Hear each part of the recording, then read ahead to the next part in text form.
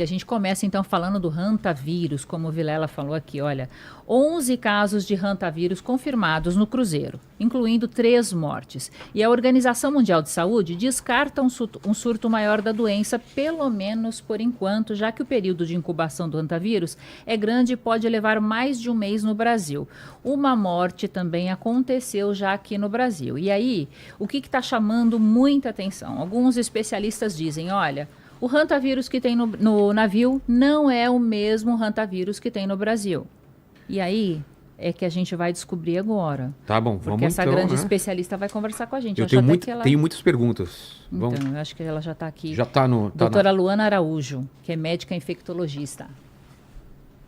Olá, pessoal. Boa noite. Boa noite. Boa noite, doutora. Seja bem-vinda. Muito obrigada. É um prazer estar aqui com vocês. Vamos falar sobre isso tudo que vocês comentaram, né? Já estou vendo que muitas tem muita dúvidas. dúvida mesmo. Ó, me falaram Tá bom. que nesse cruzeiro tinham gente de 25 nacionalidades, ou seja, 25 pessoas que espalharam pelo mundo. Eu começo a ficar preocupado. Devo me preocupar ou não? Não esconda nada da gente, doutora. Escondo nada, não. Não precisa preocupar. A Fernanda comentou de uma maneira muito incisiva e muito assertiva de que o que está acontecendo no Cruzeiro não tem a ver com o que acontece aqui, com os casos que a gente tem aqui. Eu vou explicar isso um pouquinho melhor, tem participação especial do meu gato aqui hoje, tá, gente? Esse hantavírus, na verdade, é uma família de vírus, não é um vírus só. E ele existe no mundo inteiro. Existe hantavírus na Ásia, na Europa e nas Américas, incluindo aqui no Brasil. Aqui no Brasil, a gente tem casos de hantavírus desde os anos 90. São mais de 2.400 casos desde os anos 90, mais de 900 mortes relacionadas à doença. Caramba. Então, quando a gente fala assim, tá acontecendo um negócio no Cruzeiro, tem uma morte aqui, fica parecendo que elas são ligadas e que é uma coisa nova, né? Uma coisa que a gente não conheça. Não é bem assim que funciona. Acho que essa é a primeira informação importante. E essa cepa que fala? Como que se fala? É a variação, essa que passa de pessoa para pessoa? Como que é o termo certo? Eles são espécies de hantavírus mesmo, né? A gente agrupa numa família porque eles são semelhantes o suficiente para serem agrupados numa família, mas eles causam doenças que são um pouquinho diferentes. Então, esses que são da Ásia e da Europa, eles causam uma doença que costuma afetar bastante os rins.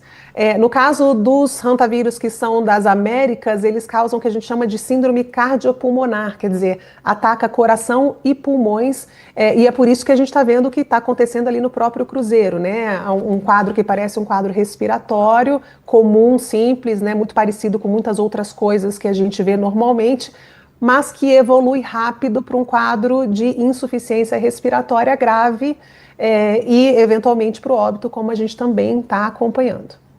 A incubação, né, o tempo de... Como fala? Que a doença se manifesta é correto? 20, 21 dias? Incubação. Na verdade, são 42 dias. É mais tempo ainda. São 6 semanas. Tempo de incubação, para quem não se lembra, é o tempo entre o contato com o micro-organismo e o começo de desenvolver sintomas. Nesse caso do hantavírus, eles têm mesmo um período de incubação bem longo. Então, como você mencionou, Rogério, a gente precisa ter uma vigilância muito clara, muito direta e coordenada internacionalmente, já que a gente está falando aí de 20 e tantas nacionalidades, para não deixar nenhuma ponta solta, né, e poder acompanhar os casos e ter diagnósticos rápidos e precisos. Mas é aquilo, acho que chama muita atenção esse caso do hantavírus, porque foi num cruzeiro, porque é também o único dentre todos os hantavírus que tem a capacidade de transmitir pessoa a pessoa. Então, eu acho que isso tudo chamou a atenção das pessoas e como elas não conheciam muito sobre a doença, isso se tornou talvez um pouco maior até do que o que de fato é. Doutora, e essa cepa, é a cepa dos Andes, né, que costumam chamar essa do Cruzeiro, a taxa de letalidade dela é muito alta e mesmo sendo transmissível, essa transmissão ela é fácil, é difícil, é igual uma Covid-19, por exemplo? Não. Então vamos lá. Andes é o nome dessa espécie mesma. Ela é ali dos Andes, então Chile e Argentina, né? É onde a gente tem isso circulando habitualmente. E veja, só para deixar as pessoas também um pouco mais tranquilas, apesar de Chile e Argentina serem aqui nossos vizinhos da América do Sul, desde os anos 90 a gente nunca teve registrado esse Andes aqui no Brasil, tá? Só os nossos hantavírus mesmo, vamos colocar assim. Mas esse, que é o único que é capaz de se transmitir pessoa a pessoa, a gente nunca teve essa notificação aqui no país. Essa transmissão do Andes, ela é difícil, ela é ruim, e ela é diferente desses quadros respiratórios comuns que a gente conhece. Porque esses vírus habituais, tipo o vírus da gripe, influenza, rinovírus, esses que são mais comuns, eles usam muito a mucosa do nariz e da garganta para se reproduzir.